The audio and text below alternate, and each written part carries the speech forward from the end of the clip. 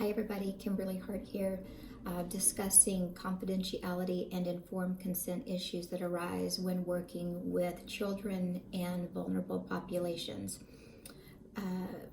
such as groups, families, the elderly. Some things that can come up when you talk about those groups of people, those clients regarding confidentiality.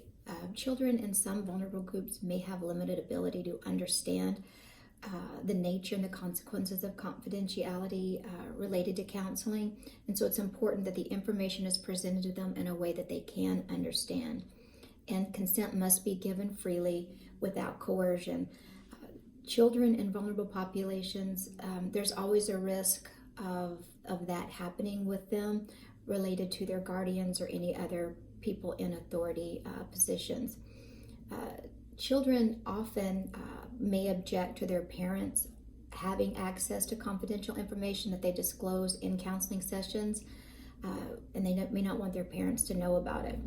According to the ACA Code of Ethics 2014 A2D, acknowledges the need to balance the rights of minors who are clients with the rights of their parents or guardians, and to include minors in the decision making. Remley and Hurley 2020 did say that it's important to realize that children may not want their parents to have access to that information, especially adolescents may have a heightened awareness and sense to want to keep their information private. The elderly are the most vulnerable population, and the same rights that are extended to children should also be extended to them.